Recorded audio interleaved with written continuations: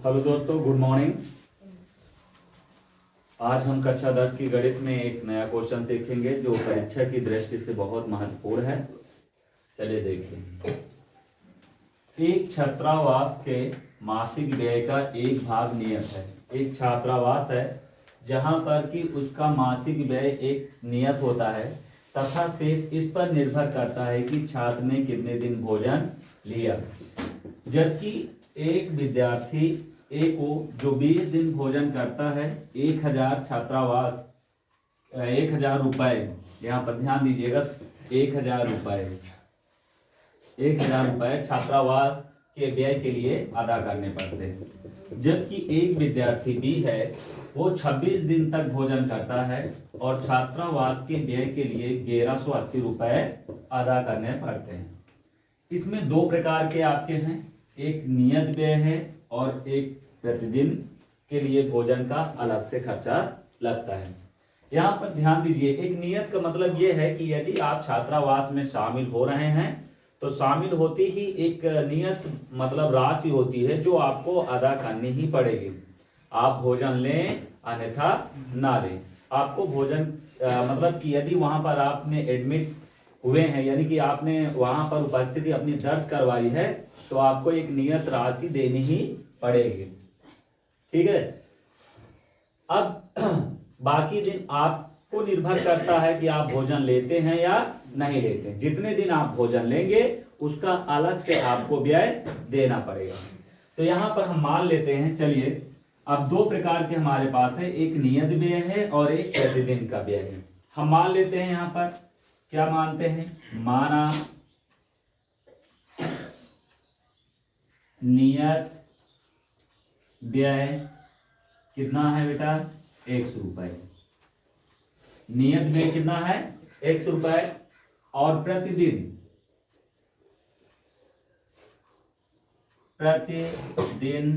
का जो व्यय है वो कितना है, y रुपए।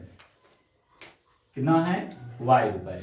ध्यान दीजिए, नियत व्यय जो हमारा है वो x है और प्रतिदिन का जो व्यय है वो y रुपए है।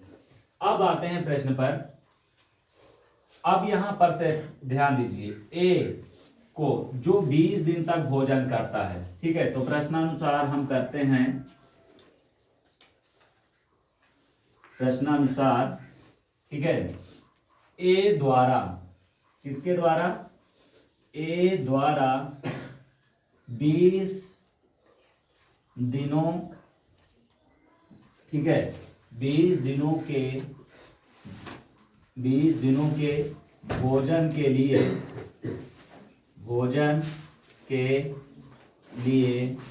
ठीक है, भोजन के लिए व्यय राशि, जो व्यय राशि है वो कितना है, 1000 रुपए। ध्यान दीजिएगा, ए द्वारा 20 दिनों के भोजन के लिए क्या है, व्यय राशि हमारा 1000 है। ठीक है। अब यहाँ पर हमको इसमें जो 1000 रुपए दिया है वो दो प्रकार का है। ठीक है, एक जो नियत राशि है वो और 20 दिनों का अलग से जो चार्ज है वो। तो यहाँ पर हम यहाँ पर करेंगे कि जो राशि है ए द्वारा, तो यहाँ पर इतना लिखने के बजाय इसको हम 60 में कर सकते हैं। इसको क्या कर सकते हैं, 60 में। ये चीज इतना लिखने से अच्छा है कि हम सीधा लिखें किसके द्वारा, ए द्वारा व्यय राशि। अब ध्यान दीजिए, ए द्वारा व्यय राशि कितना है भाई, देखिए एक नियत भाड़ा कितना है, नियत व्यय कितना है 100 रुपए और ए कितने दिन तक भोजन लिया है, 20 दिन तक। ध्यान देना, ए जो है 20 दिन तक भोजन लिया है तो एक दिन का भोजन का खर्चा कितना है, y रुपए। एक दिन का भोजन का खर्चा y रुपए, तो 20 दिन के भोजन का खर्चा कितना होगा, 20y। तो ये हो गया बेटा 20y। और नियत जो राशि है उसको इसमें क्या करेंगे, जोड़ देंगे, तो दोनों को मिलाकर उसने कुल कितना दिया है, वो दिया है 1000 रुपए। कितना दिया है, 1000 रुपए। तो ये हमारा हो गया 1000। कितना हो गया, 1000 रुपए। ठीक है, कितना हुआ, 1000। ये हमारा हुआ समीकरण नंबर 1। ये क्या हुआ हमारा, समीकरण नंबर 1। अब इसके बाद आगे पढ़ते हैं, व्यय के लिए अदा करना पड़ता है। जबकि एक विद्यार्थी बी है, अब दूसरा है, तो यहां पर हम कहेंगे कि द्वितीय शर्त के अनुसार, द्वितीय शर्त अनुसार, ठीक है, बी द्वारा, किसके द्वारा, बी द्वारा व्यय राशि। अब बी है जो वो कितना वो करता है देखते हैं। जबकि बी 26 दिन तक भोजन करता है, कितने दिन तक करता है, 26। तो भैया नियत भाड़ा तो हमको क्या करना पड़ेगा, ऐड करना पड़ेगा, नियत भाड़ा ऐड करना पड़ेगा। नियत एक दिन का भाड़ा कितना, एक दिन का मतलब कि जो व्यय है वो कितना है, y रुपए, यानी एक दिन के भोजन का खर्चा कितना है, y रुपए। तो 26 दिन का कितना होगा, 26y बराबर, अब हमको कितने अदा करने पड़ते हैं, 1180। तो भाई ये हो गया 1180 रुपए हमको अदा करने पड़ते हैं। यहां तक समझ में आया। ध्यान दीजिए फिर से, कह रहा नियत व्यय मतलब आप भोजन जब जैसे कहीं पर मान लो किसी होटल में आप जब कहते हैं कि हमको प्रतिदिन खाना चाहिए, तो वहां पर वो व्यक्ति बताता है, जो मैनेजर होता है, कि भाई साहब आप यहाँ पर भोजन जो है वो एक अलग राशि से होता है, आपको एक चार्ज देना पड़ेगा जो हमको आप भोजन लें या ना लें, ठीक है, तो उसे कहते हैं नियत। उसे क्या कहते हैं, नियत। तो एक ऐसी राशि जो मतलब कि आपको अदा करनी पड़ेगी, आप भोजन करें या ना करें, तो वो नियत राशि है। नियत राशि कितना है, 100 रुपए। फिर वो ये बताता है कि उसके बाद यदि आप प्रतिदिन भोजन करते हैं तो एक दिन का 10 रुपए या 20 रुपए आपको भोजन का लगेगा। फिर इसके बाद आप जितना दिन भोजन करेंगे उसका उतनी राशि हमको देनी पड़ेगी, अदा करना पड़ेगा आपको। तो हम मान लेते हैं, माना नियत राशि कितना है, x, और प्रतिदिन का व्यय कितना है, y। ए जो व्यक्ति था वो ए व्यक्ति क्या करता है 20 दिन भोजन करता है। कितने दिन भोजन करता है, 20 दिन। तो एक दिन का भोजन का खर्चा y रुपए है, तो 20 दिन का भोजन का खर्चा कितना होगा, 20y, और प्लस जो नियत राशि है उसको उसमें शामिल करना पड़ेगा, ठीक है, एक नियत राशि। तो दोनों को मिलाकर उसने कुल कितना दिया, 1000 रुपए अदा किया।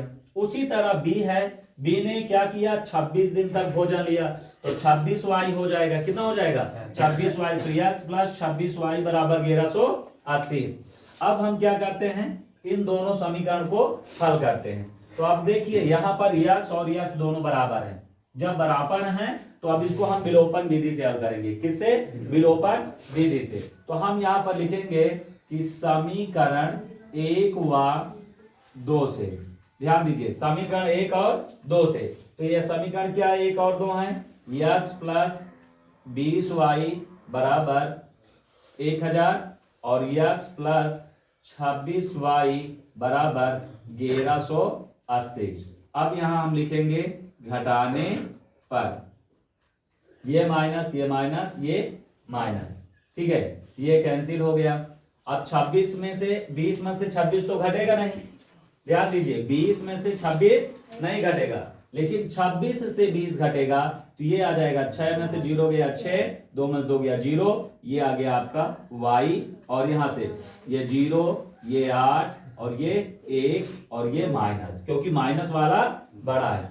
अब y बराबर हो जाएगा माइनस 180 बटे 6, माइनस 6, ठीक है, ये माइनस कटा, 6 के 6, 6 तिरिक 18, तो y बराबर कितना हुआ, 30, y बराबर 30।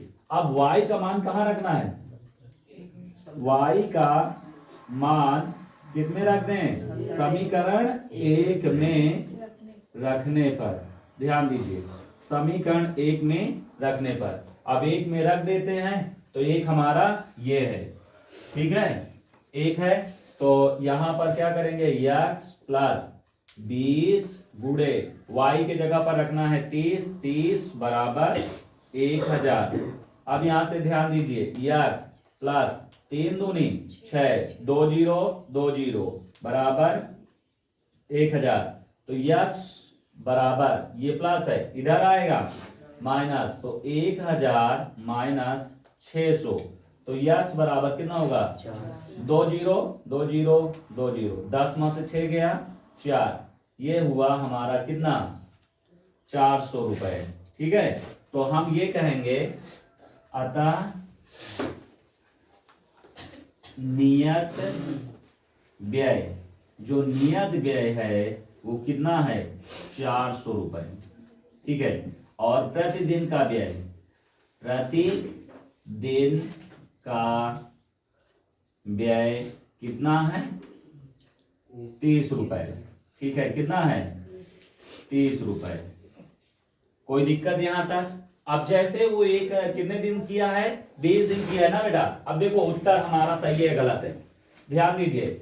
नियत राशि हमसे लिया गया है, यहीं पर थोड़ा सा यहाँ साइड में देख लीजिए। उत्तर कैसे चेक करेंगे? नियत व्यय कितना है बेटा 400।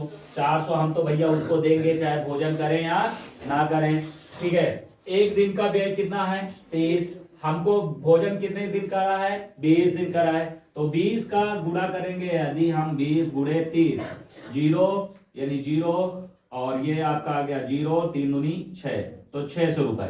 कितना 600 रुपए। अब दोनों को कुल मिला के कितना अगर जोड़ेंगे तो कितना आएगा 1000। तो क्लियर हो गया ना, 1000 उसने अदा किया था। तो हमारा नियत राशि कितना है 400, ठीक है, यानी एंट्री फीस, ठीक है। अगर प्रश्न आपको